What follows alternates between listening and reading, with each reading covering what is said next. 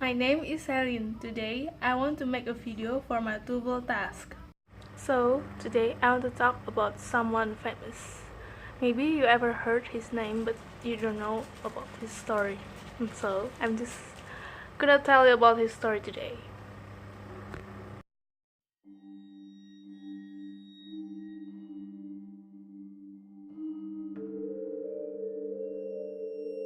Mary Ann Nichols was a prostitute who worked in Whitechapel area of London in 1888. At 3:40 a.m. on 31st August, she was found dead on the corner of Bucks Row with deep slashes on her throat and her abdomen brutally cut open.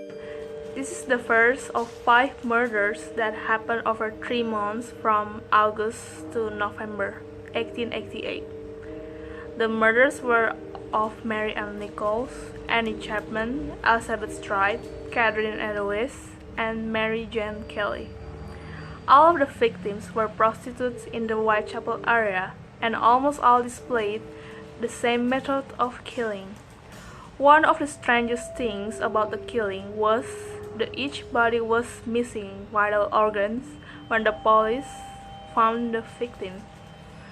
These 5 murders are commonly known as the Canonical Five.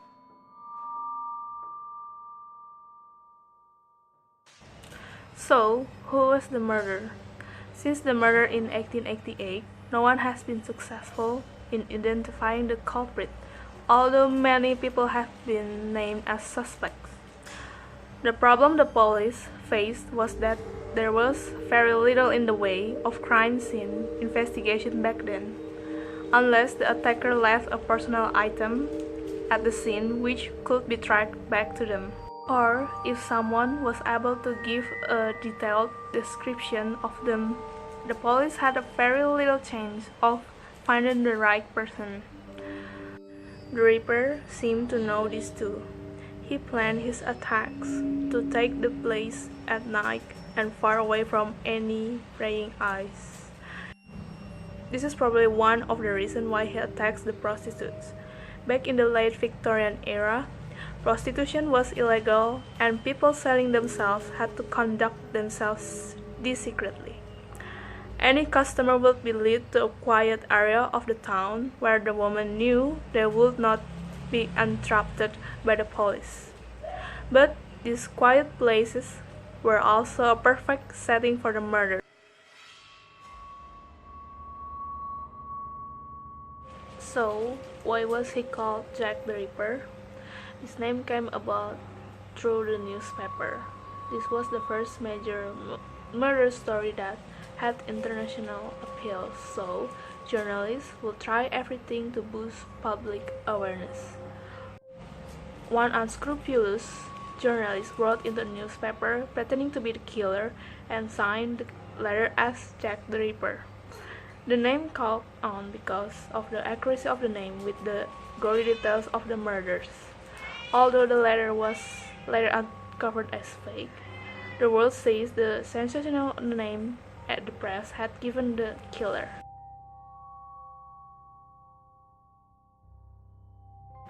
How did the investigation go?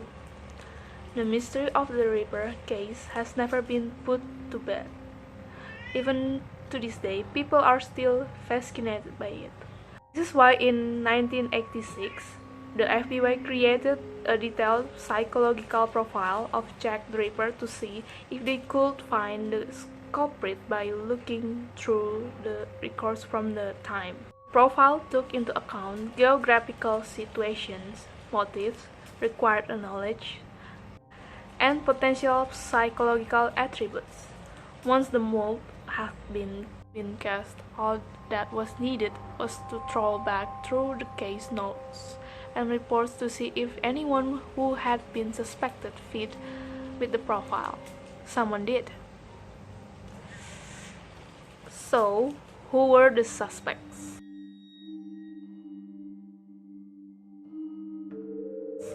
Over the years, there have been many different theories about who Jack the Ripper was.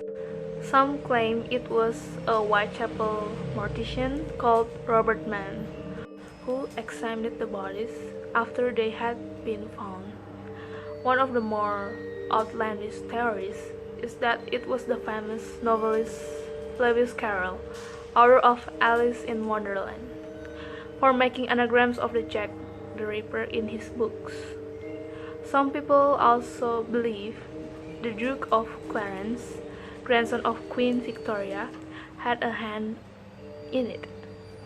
Prince Albert Victor was rumored to have had a child with a woman who lived in Whitechapel.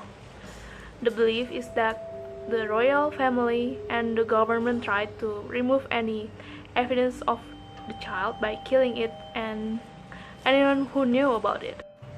The most probable suspect of the Ripper case was a young American who came over to England in 1888. Francis Tumblety arrived in England 2 months before the first canonical murder happened, and when compared to the profile, we see that he matched it almost perfectly. Tumblety was staying near Whitechapel, so had local knowledge. He was trained as a medical assistant, so had the necessary skills to find organs and remove them quickly.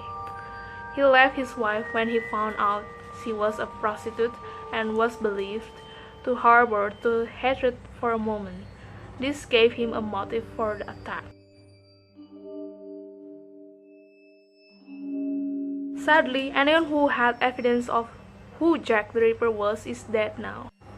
And with it being 130 years ago, most of the evidence is now so contaminated and it can't provide much insight. But more than that, with all potential suspects now dead, getting a confession from the real Ripper is now impossible.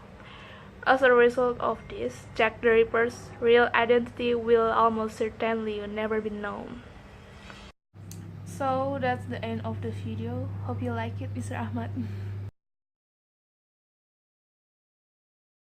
Mary Ann Chapel was a prostitute who worked in Whitechapel area of London in 1888.